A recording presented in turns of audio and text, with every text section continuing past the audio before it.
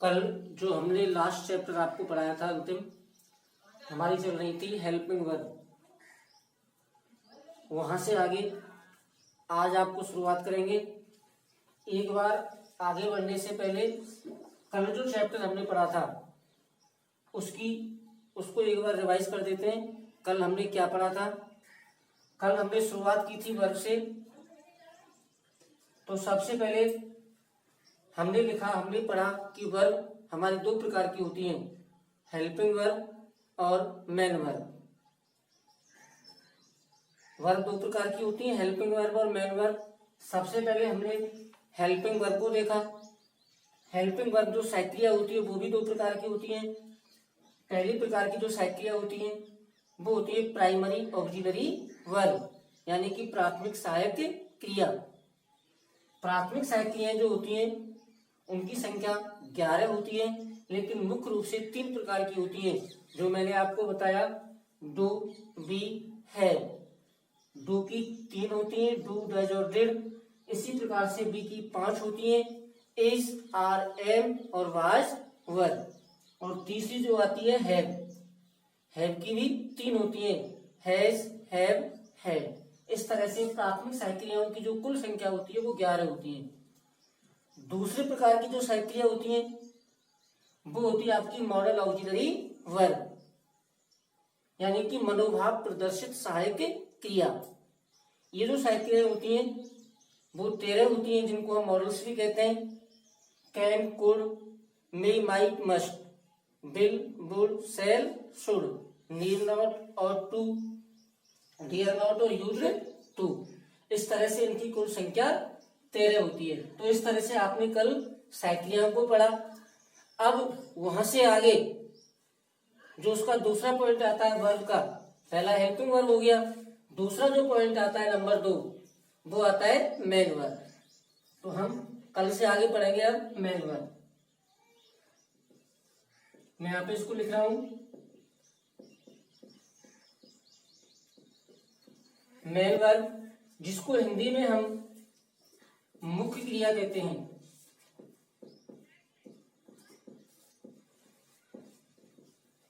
तो दूसरा पॉइंट आता है आपका मेन वर्ब, जो मुख्य क्रिया होती है। अब देखो मुख्य क्रिया क्या होती है, पहले इसके बारे में थोड़ा सा सभी बच्चे समझेंगे कि जो मेन वर्ब होती है, मुख्य क्रिया होती है, वो क्या होती है। पहली चीज, अगर हम कोई भी इंग्लिश का सेंटेंस बनाते हैं तो बिना मेन वर्ब के, बिना मुख्य क्रिया के हम कोई भी अंग्रेजी का सेंटेंस नहीं बना सकते हैं, क्योंकि किसी भी वाक्य में जो मेन वर्ब होती है, मुख्य क्रिया होती है, वो सबसे इंपॉर्टेंट होती है। बिना इसके हम किसी भी वाक्य का निर्माण नहीं कर सकते हैं। आपने बहुत सारे वाक्य ऐसे देखे होंगे जिनमें मेन वर्ब नहीं होती है लेकिन हेल्पिंग वर्ब होती है। तो ऐसे जो वाक्य होते हैं उनमें जो हेल्पिंग वर्ब होती है वही मुख्य क्रिया का कार्य करती है। इसलिए उन वाक्यों में जो हेल्पिंग वर्ब होती है वो हेल्पिंग वर्ब नहीं होती है, उस स्थान पर वो मेन वर्ब का कार्य करती है, मुख्य क्रिया का।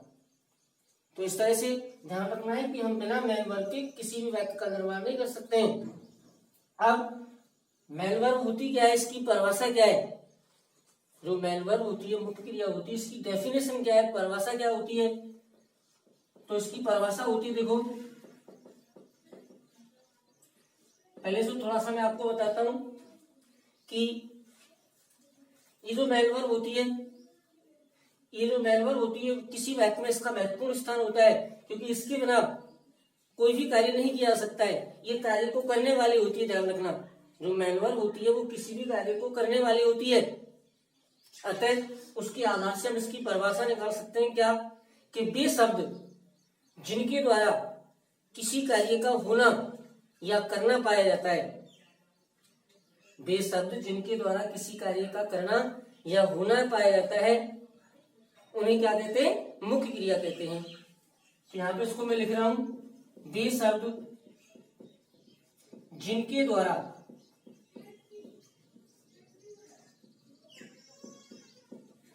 किसी कार्य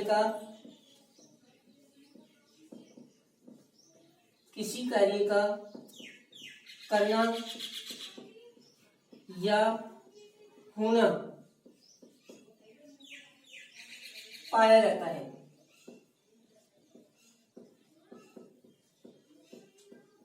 ये इसकी डेफिनेशन होती है, ध्यान रखना कि वे शब्द कौन से होते हैं, जो मुख्य क्रिया वाले शब्द होते हैं, जैसे आपका कम है वर्ब होती है, गो है वर्ब होती है।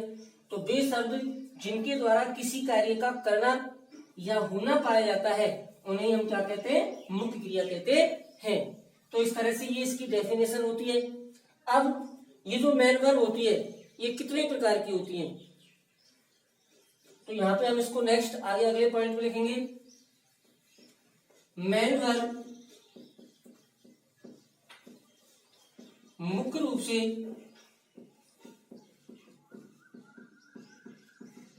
दो प्रकार की होती हैं। तो इस तरह से हमारी जो मेन वर्ब होती है, जो मुख्य क्रिया होती है, उसके दो प्रकार होते हैं, ध्यान रखना। नंबर 1, पहला मुख्य क्रिया का जो पहला प्रकार होता है जिसको हम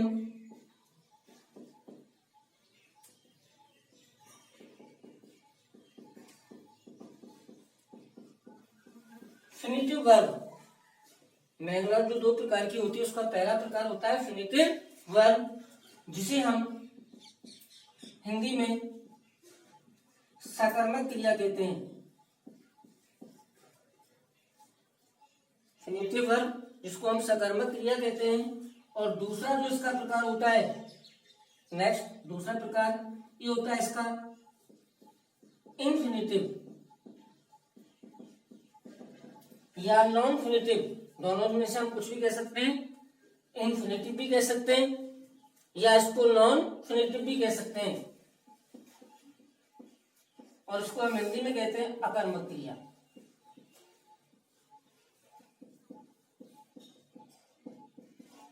इस तरह से हमारी जो मेन वर्ब होती है, मुख्य क्रिया होती है, वो दो प्रकार की होती है। पहली होती है फिनिटिव वर्ब जिसको हम सकर्मक क्रिया कहते हैं, दूसरी होती है इनफिनिटिव वर्ब जिसको हम अकर्मक क्रिया कहते हैं।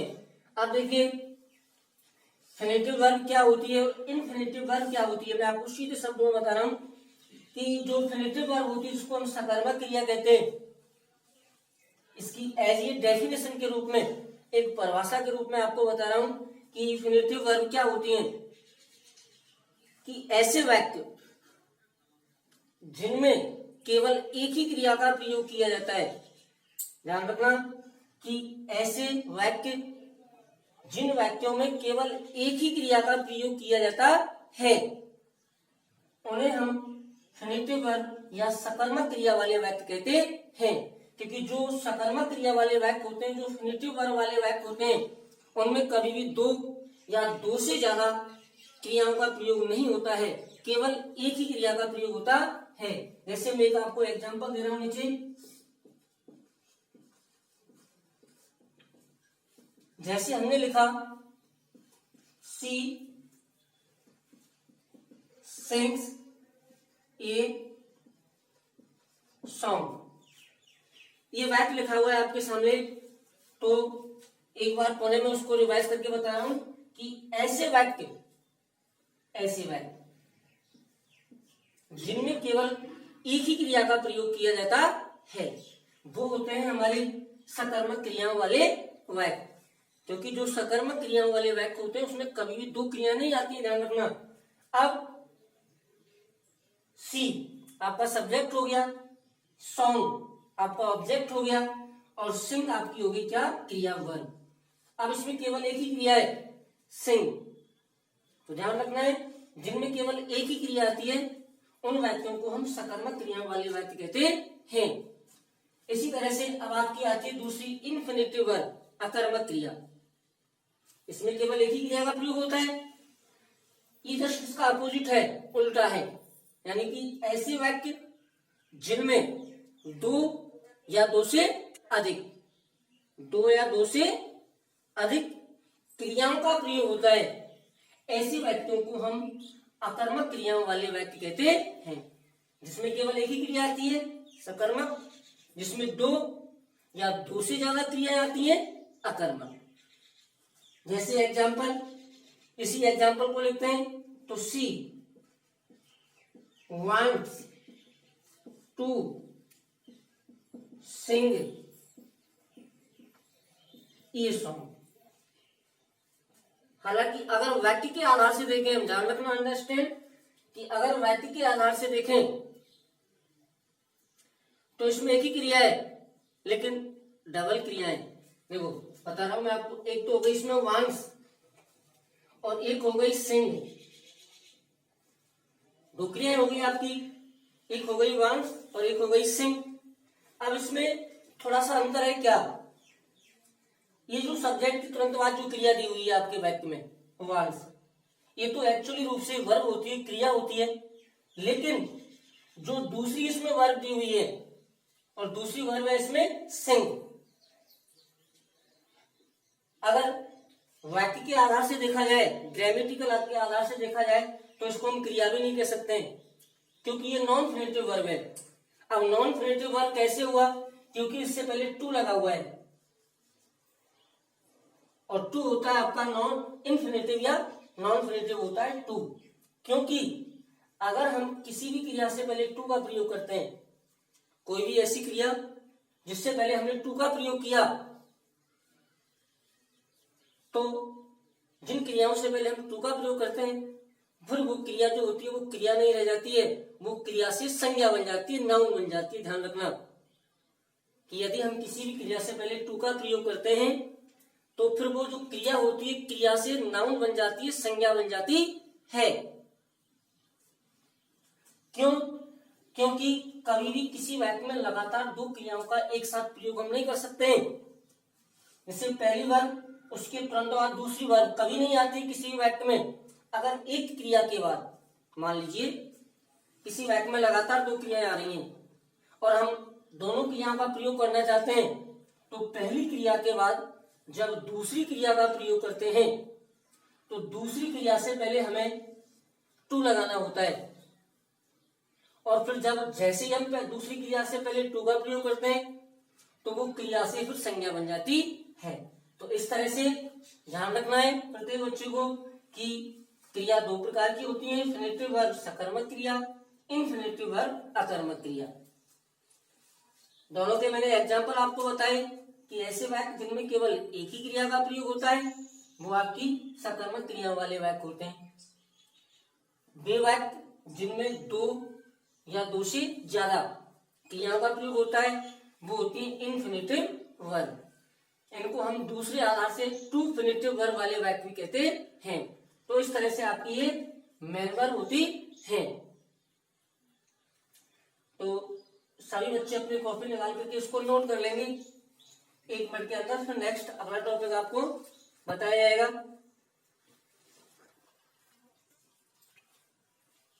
मेन वर्ब से आगे तो इस तरह से आपने मेन वर्ब देखी कि जो दो प्रकार की होती है। मैंने आपको एग्जाम्पल सहित इनके बारे में बताया कि जो वर्ब होती है हमारी वो कितने प्रकार की होती है।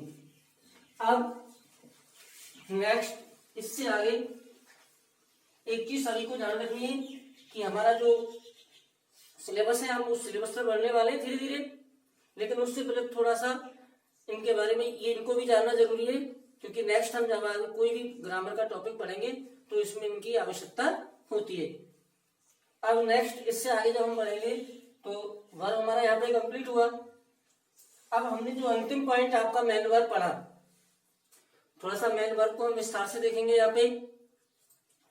तो अब ये जो वर्ब होती है, जो मेन वर्ब होती है, मुख्य क्रिया जो होती है, ये किस तरह से, देखो जैसे मेन वर्ब होती है आपकी, आप फॉर्मों को पढ़ते हैं कि भाई जो फॉर्म होती है वो किसी भी वर्ब की, किसी भी मेन वर्ब की कितनी फॉर्म होती है। एक आधार से अगर मैं आपको बताऊं, अक्सर हम 3 प्रकार की फॉर्म पढ़ते हैं, फर्स्ट, सेकंड और थर्ड, लेकिन इनकी संख्या 5 होती है। ध्यान रखना कोई भी, जैसे एग्जाम्पल के रूप में अभी हमने गो लिखा, गो लिखा एक क्रिया होती है, गो एक क्रिया होती है। अगर हम इसकी फॉर्म देखें कि भाई इसकी कितनी फॉर्म होती है तो अक्सर हम 3 लिखते हैं, वेंट, गॉन, इस तरह से। लेकिन किसी भी क्रिया की 5 फॉर्म होती है, ध्यान रखना। और हम सभी उनको जानते हैं कि 5 फॉर्म कौन कौन सी होती हैं। 3 को तो हम अक्सर जानते हैं, लेकिन चौथी जो फॉर्म होती है उस चौथी फॉर्म में हम क्या करते हैं कि जो ये फर्स्ट फॉर्म होती है गो, इस फर्स्ट फॉर्म में हम आईएनजी का प्रयोग करते हैं। ध्यान रखना कि जो फर्स्ट फॉर्म होती है उस फर्स्ट फॉर्म में जब आईएनजी लगा देते हैं तो वो किसी भी क्रिया की चौथी फॉर्म बन जाती है। और जब पांचवी फॉर्म बनाते हैं हम तो जो फर्स्ट फॉर्म होती है उससे पहले टू का प्रयोग करते हैं। इस तरह से 5 फॉर्म होती है।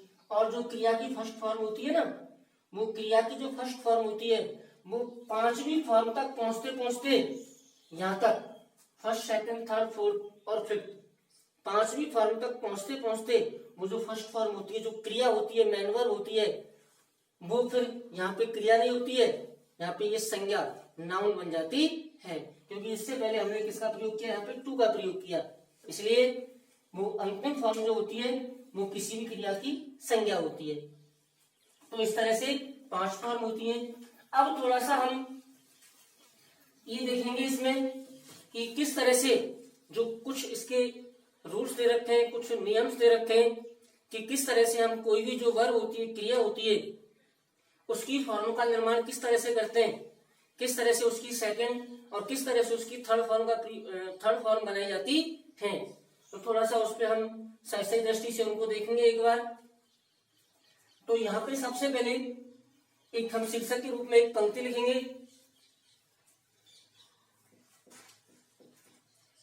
किसी भी क्रिया की सेकंड एवं थर्ड फॉर्म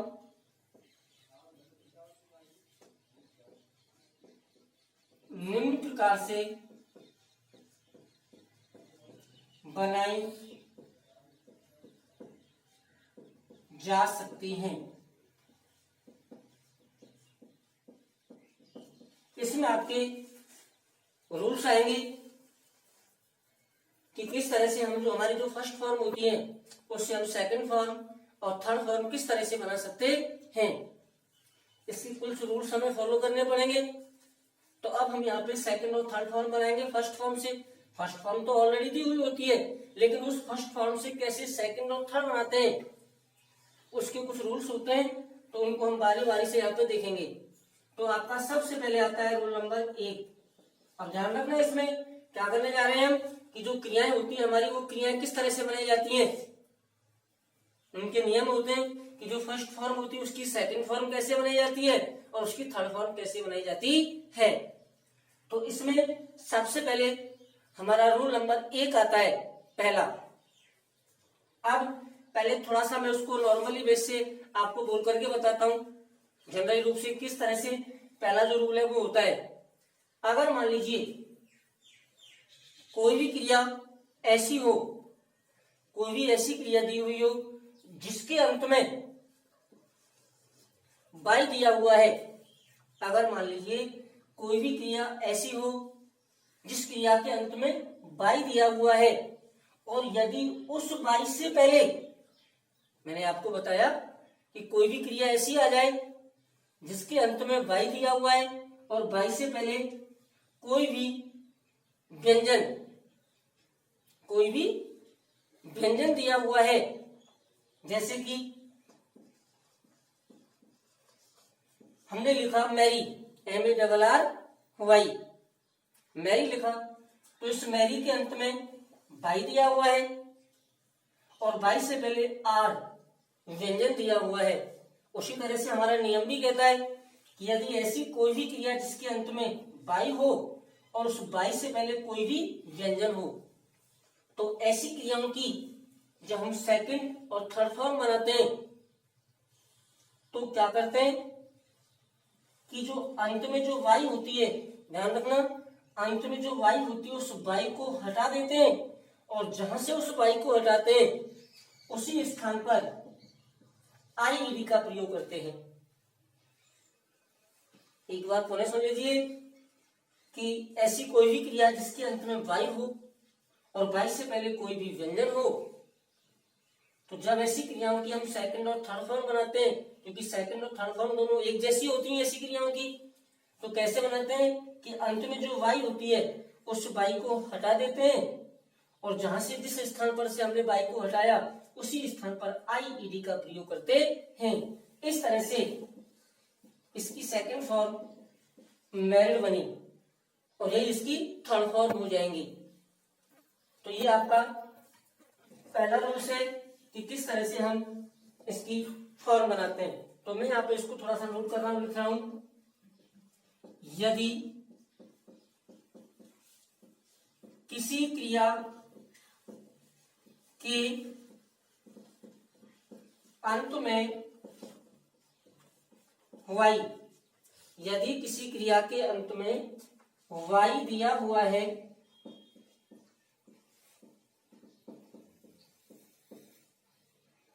एवं उस वाई से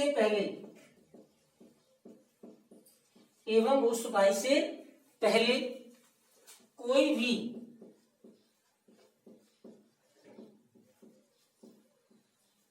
व्यंजन दिया हुआ है। रूल्स का ध्यान रखना कि यदि किसी क्रिया के अंत में वाई दिया हुआ है एवं उस वाई से पहले कोई भी व्यंजन दिया हुआ है, जैसा कि मैंने अभी आपको बताया था, समझाया था एक एग्जांपल। तो व्यंजन दिया हुआ है तो ऐसी क्रियाओं की सेकंड एवं थर्ड फॉर्म बनाते समय अंत में दी गई वाई को हटा देते हैं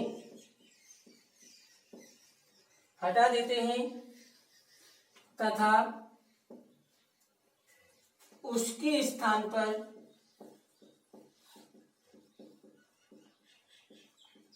आईईडी का